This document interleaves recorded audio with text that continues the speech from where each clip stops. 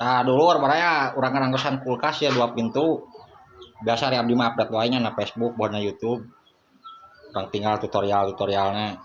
Tah ieu kaleresan ieu dipanggil. Da biasa ieu nyarpis kulkas mah dipanggil wae, tah ieu nu gaduhna ieu.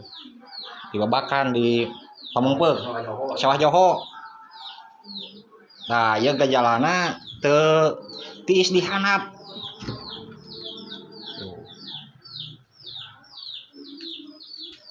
Biasana karesakanna di dieu nya di lebat.